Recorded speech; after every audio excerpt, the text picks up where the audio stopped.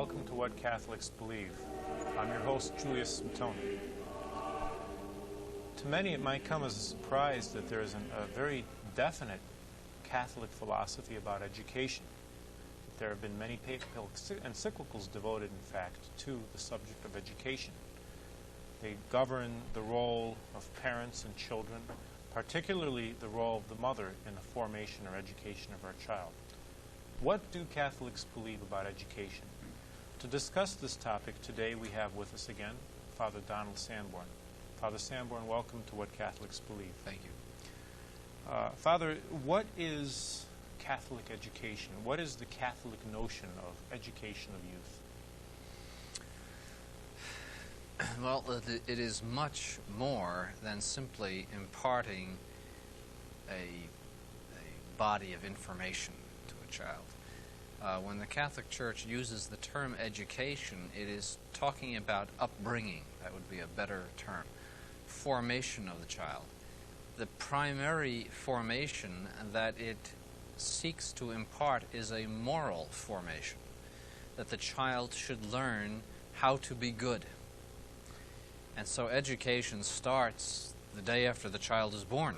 You know, today when we read about education, it seems the whole emphasis on education is that the child or youth or even young adult or sometimes older adult should have a body of knowledge implanted in him so that he can perform a useful function for society, so that he may get a good job. How does this view correspond to the Catholic view? What is the Catholic reaction to this view? That is not education at all.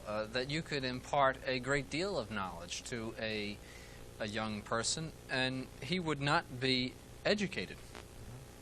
He might be knowledgeable, but he's not educated.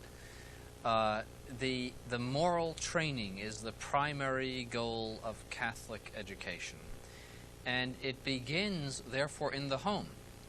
As a matter of fact, the primary place of Catholic education is the home. For it is there that all of the moral lessons are learned as very young children, and it is the impression given by the home life that is much more important than the impression given by any other institution. What's the role then of the parents in the education of the child? They must teach the children to obey the laws of God, essentially, to have piety, to say their prayers, to have charity, goodness in their actions, to act justly, to get good habits with regard to first God, then themselves, meaning the parents, then their brothers and sisters, their friends, to be disciplined, to be respectful, to be neat and clean, to do what they're told, anything that you would desire to see in a well-behaved child. That is the role of the parent. And the little baby is like clay in their hands. They have the capability of making him into a great saint, if they really wanted to, or a great sinner. What is the role, more particularly, of the mother in this process? Does the Church actually assign a role to the mother? The mother is the closest person to the child. Even though the father is the head of the house, the closest formation will come from the mother. And therefore the mother must herself have the virtues that she wants to impart to her child. If she wants her child to be respectful and obedient, she must also be respectful and obedient to her husband. She cannot expect her children to learn those virtues if she herself does not have them. Consequently, her model of virtue is the Blessed Virgin Mary. And so you see then that through the mother of the family, the virtues of the Blessed Virgin Mary would ultimately and ideally be implanted in the children. You know, this already we see that this Catholic notion of education has very far-reaching consequences which will grate against many of the fundamental notions held by Western society. For instance, you mentioned the Catholic woman, wife, must obey her husband. Now, this is considered heresy by our society.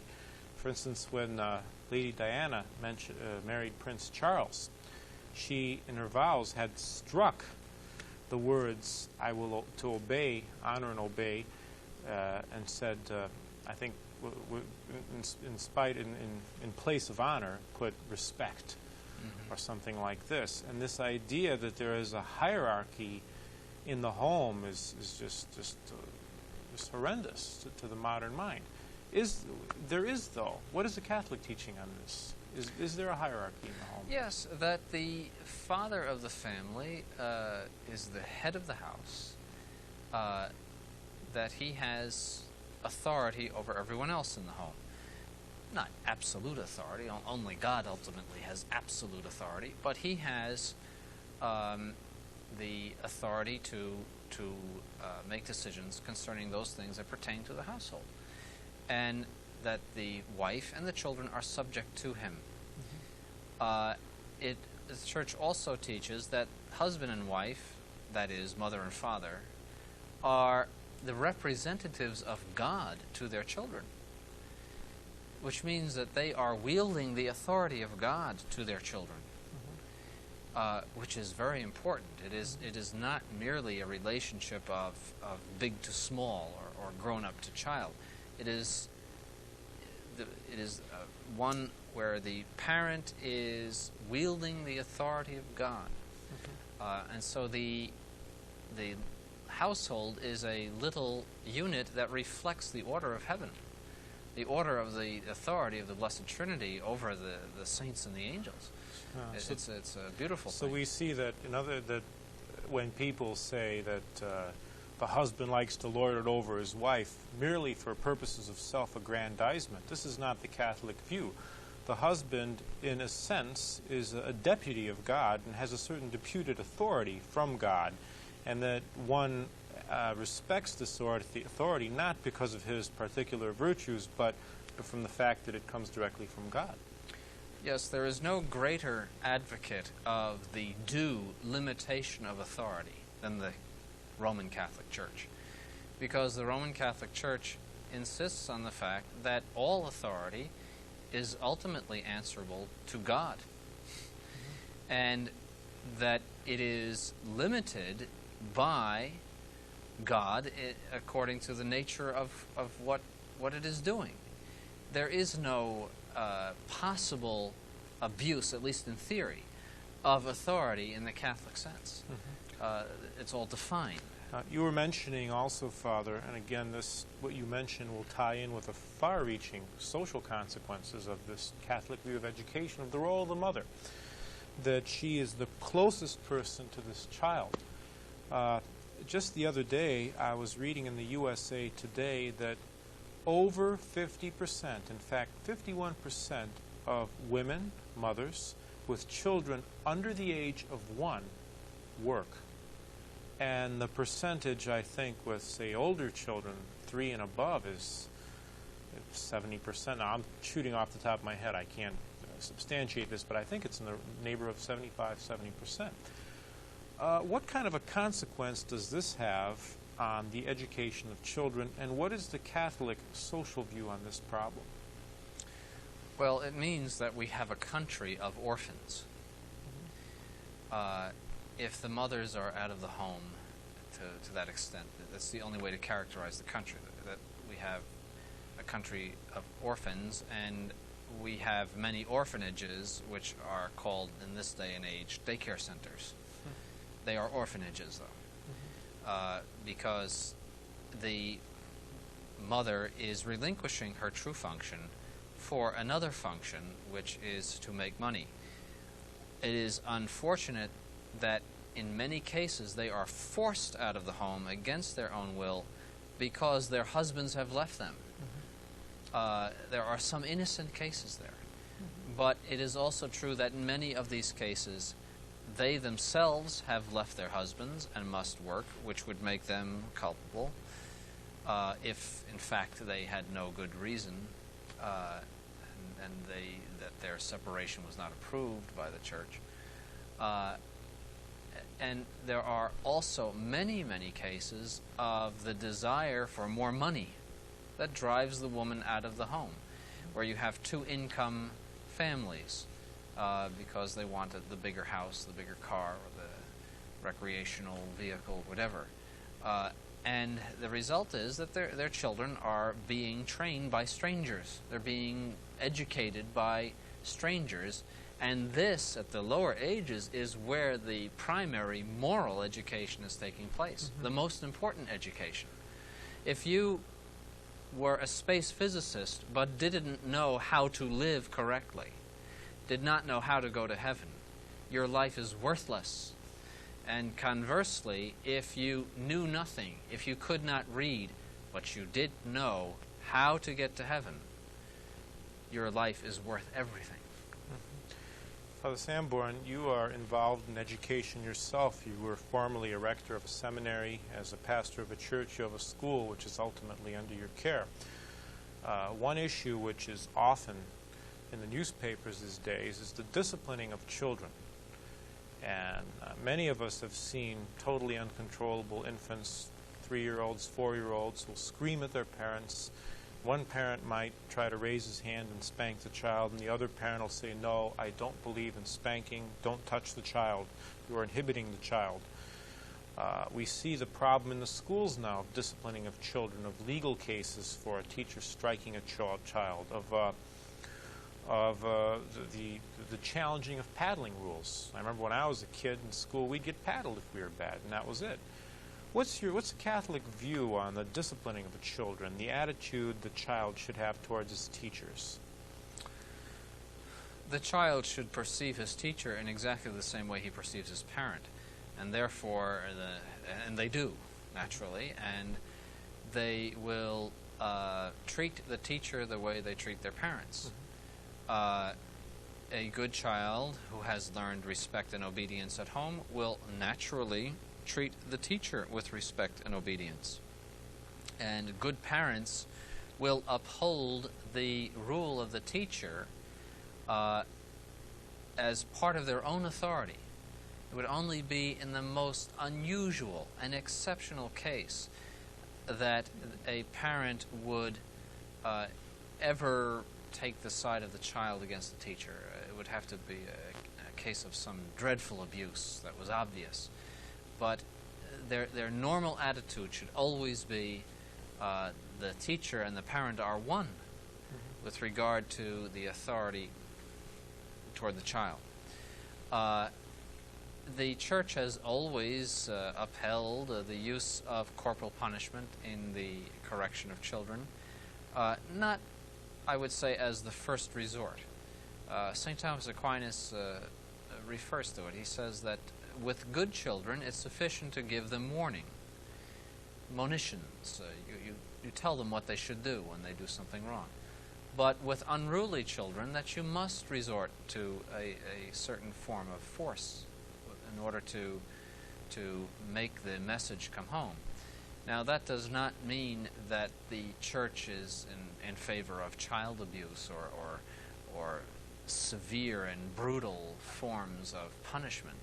It simply means that if a child does not learn by instruction, that he should learn by the association of the evil he has done with some due form of pain, and this is spanking. But even that is of no use if the parents are not consistent in the way that they apply it, in the laws that they set down, in the observance of the laws they set down. Consistency and constancy are cardinal elements in the raising of children. Switching to another area of this subject, Father, you've been an outspoken critic of Vatican II. You have been very critical of the hierarchy and many of the bishops and priests of the post-Vatican II Church. What can someone who tries to adhere to the traditions expect by, say, sending a child to a Catholic school in today's society? In a general Catholic school, what kind of a Catholic formation will he receive? From what I understand, it is no Catholic formation at all. It's training in heresy. Most children who go to Catholic schools come out having lost the faith. I recently spoke to a young man who lives in Canada. He called me out of the blue and talked to me about the changes in the church and all. And I said to him, how did you figure out that the new religion is not the Catholic faith? And he said, Father, when I was in school, and this is an average, what you would call an average Catholic school, I had a catechism which told me that God was a butterfly and God was a rainbow. And he said, Father, after a while I just didn't believe in God. I said, he's telling me, he said, I couldn't believe that God was those things that they said. That couldn't be God. And he went like this for many years in a very confused state. And finally, in his early teens, he picked up his great-grandmother's prayer book from 100 years ago and read the ordinary of the Mass and said to himself, this is the Catholic faith. This is the religion I want to be. And has persevered in that faith ever since. This is what they're getting in Catholic schools, and this is a direct result. Thank God he received the grace to pick up his grandmother's prayer book. But how many others like him think that God is a rainbow, or more precisely, identify God with the world, which is the message of those catechisms. It's a pantheistic idea. Does this problem extend to the universities and run by Catholics and seminaries as well? Is someone like a Father Curran an anomaly, or is he more the norm? No, he is the norm. It is not an exaggeration to say at all that there is a complete abandonment of the Catholic faith in Catholic universities and seminaries. That's about the only way to put it. They are loaded with heresy, dripping with heresy, and apostasy in some cases. The Catholic faith is not found in those institutions, and this I know from speaking firsthand to people who are in them. Charles Curran is just one example of many who are teaching those things and who hold those things. You mentioned the Catholic schools. What about the public schools as we see them in the United States? What could a Catholic parent expect to happen to his child if he sends them to the public schools? And what is your view about the state of education in public schools, in the average public school? It's no secret that public schools are a complete disaster. Both from the moral point of view and from the point of view of academics. From the moral point of view, all you have to do is ride by any public school in your neighborhood and see them come out about 2:30 or 3 o'clock and just get a look at them. Look at their devil worship jackets and look at their insane and sick hairdos and the crazy look on their faces, and their impurity, and the fact that they are dressed like slobs. They're sickening to look at. This is the youth of America. That's the training that you'll see. Many of them are dangerous. Many of them are on drugs. The schools are loaded with moral corruption. They're steeped in impurity and filth. That's their moral state. And in academics, it's a joke. I mean, you just laugh. I recently read that 17% of this year's graduates could not read their high school diplomas. They are learning nothing. It is amazing that teachers are paid money to produce nothing in their students. It's probably the only profession that you can get away with that you don't have to produce a product, but you get paid money for it. And that that there is even an obligation to attend their classes. There's compulsory education up to 16 years old, but you learn nothing. You come out a complete ignoramus, and then they raise the school taxes. There are billions of dollars spent on nothing, on air, and these even the best of them can't spell, can't write an English paragraph, don't have the most fundamental and basic skills of knowledge to get along in this world.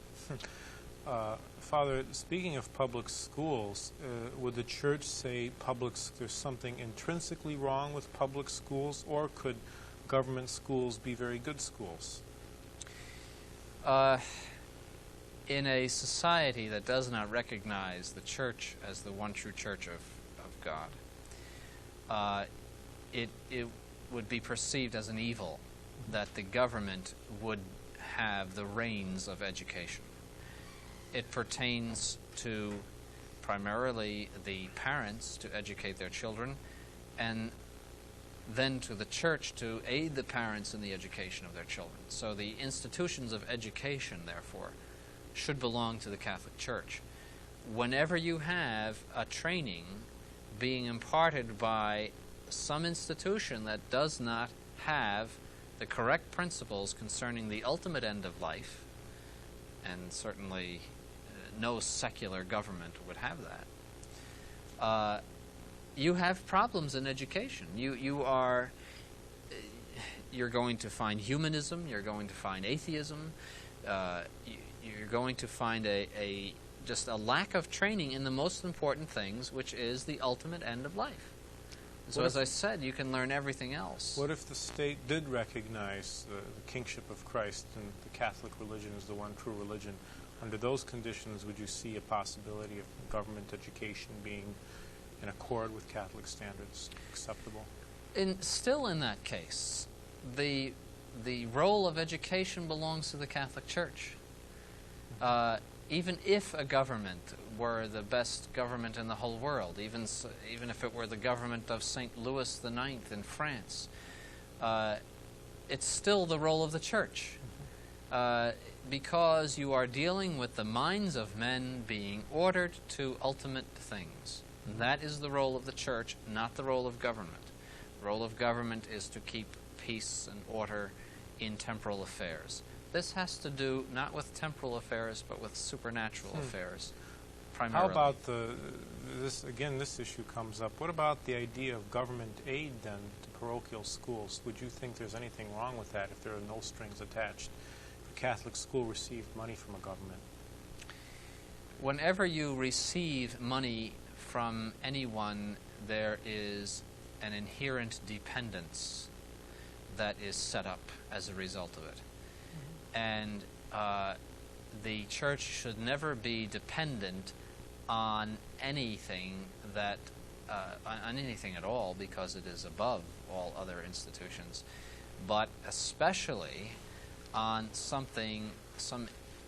government or institution that does not share its beliefs. What was done in times of Christendom, when the Church was recognized as the true Church, was that the government would be responsible for the operation of these institutions, but the Church would have full say. The government might build a university, might maintain it, but the Church operated it. You know, when I was growing up, I was like very many other people, and perhaps even more so today. I was Catholic, and I was sent to a public school for reasons which still aren't entirely clear to me. What has been the view, especially in the United States, of the traditional view of the hierarchy of the requirements that a child of Catholic parents be sent to Catholic schools?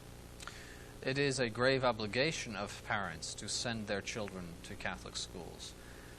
This was true even when public schools were quite tame, where there was no blatant contradiction of Catholic principles, no hostility toward Catholics or Catholic teaching in public schools.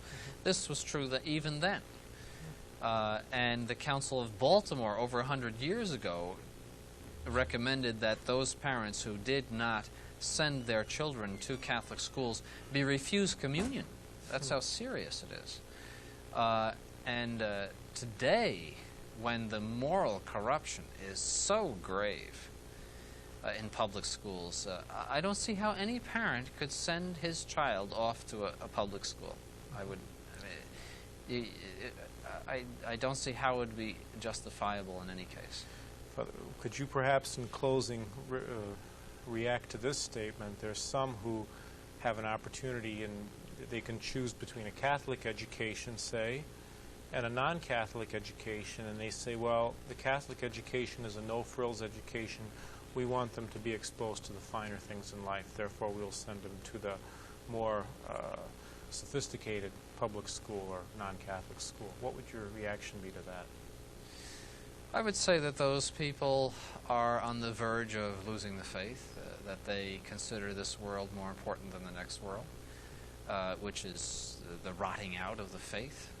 The faith is naturally ordered to the next world, and therefore your priorities are of the next world. And so you would be much more interested that he know his catechism, and he know his prayers, and all of the teachings of the church, than say that he have dancing, or a great athletic program, or something else. Where your heart is, there is your treasure. Yes. Father, we've run out of time.